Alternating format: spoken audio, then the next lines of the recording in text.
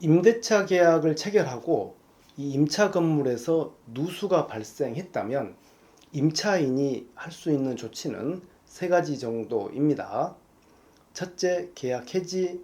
둘째, 월세 감액. 셋째, 손해배상 청구.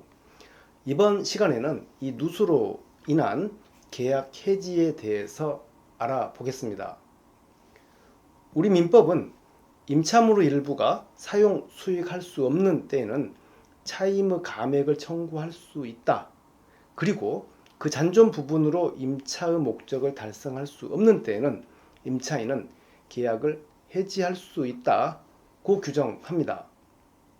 그럼 여기서 이 사용할 수 없는 때, 즉 영업이 불가한 때는 어떤 기준일까요? 임차 건물에 누수가 발생하고 영업에 방해가 된 상황에서 이 법적 조치를 고민하는 분이라면 꼭 이와 관련된 전문가와 대책을 세워야 합니다. 이 누수와 관련된 다툼은 단순히 이 법 논리로만 해결할 수 있는 영역은 아니죠. 상가 건물, 임차 건물 누수에 대한 원인 꼭 찾아야 하고요. 이 누수에 대한 수선 공사의 방법이라든지 소요 기간이라든지 공사 금액 등에 대한 기술적인 전문성도 필요합니다. 법 적용을 또 종합적으로 검토할 수 있는 능력이 있어야 하고요.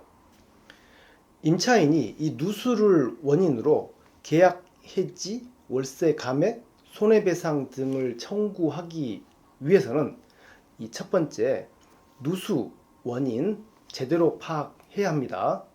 즉 임대인에게 그 책임이 있음을 분명히 규명해야 하겠죠. 두 번째, 임차인은 선량한 관리자로서 이 누수에 대한 임시 조치 등을 취했다는 것도 필요하고요. 또 임대인에게 이 누수 됐을 때 관련 내용을 통보해야 합니다. 또 셋째, 이 임대인이 누수에 대하여 적절하게 조치하지 못한 점, 그리고 임차인이 영업을 할 수 없는 상황에 대한 입증 자료도 준비해야 하고요. 이와 같은 준비를 했다면 임차인은 임대차 계약을 해지하거나 해지할 수 있습니다. 최근 임대차 119와 함께 누수 관련해서 이 임대차 계약을 해제한 사례를 소개하겠습니다. 화면에 보이는 이 내용 증명원과 같이 임차인이 임대차 계약을 체결하고요. 계약금 1,000만 원 임대인에게 지급했습니다. 임차인은 인테리어 공사 준비를 위해서 현장에 방문해서 실측도 하고 여러 번 방문을 했죠. 그 과정에서 누수가 발견되었고 임대인에게 수리 요청을 했는데 임대인이 즉각 제대로 조치를 해주지 않았습니다.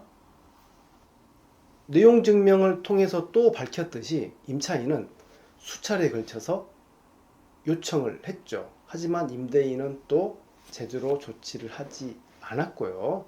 이에 임차인은 계약 해제를 계획을 하고 임대인에게 지급했던 1,000만 원 지급해 줄 것을 반환해 줄 것을 요청했는데 임대인은 계약 해지해 줄 수는 있는데 1,000만 원은 돌려줄 수 없다라고 했고 이 임차인은 의뢰인이 되어서 저희 임대차 119와 함께 임대인에게 대응하기로 했습니다. 그래서 내용 증명을 이렇게 보내게 되었는데요. 임차인과 우리 임대차 119의 첫 번째 목표는 이거였습니다. 내용 증명원 한 방으로 다 끝내버리자. 소송 갈 필요 없이. 이에 따라서 내용 증명원에 여러 가지 내용들을 담았죠. 누수 원인이라든지 공사 방법 시기 그리고 피해라든지 또 법적 검토 등을 종합적으로 내용들을 담아서 임대인에게 보냈고요.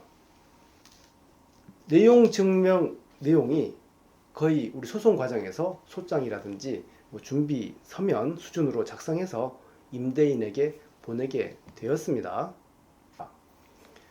이와 같은 정도의 내용 증명을 작성하기 위해서는 이 전문적인 건축 관련 기술자 그리고 법률 전문가의 협업을 통해서만 가능합니다. 이 내용 증명을 보낸 후에 얼마 지나지 않아 임대인 측으로부터 연락을 받았고요. 양 당사자는 이 임대차 계약을 해지하기로 합의하고 합의서를 작성했습니다. 당연히 계약금 1,000만 원 돌려받았고요. 그리고 임차인이 지출한 중개 보수 445만 5천 원도 돌려받았습니다. 네, 오늘은 누수로 인한 이 계약 해제 사례에 대해서 살펴봤습니다. 감사합니다.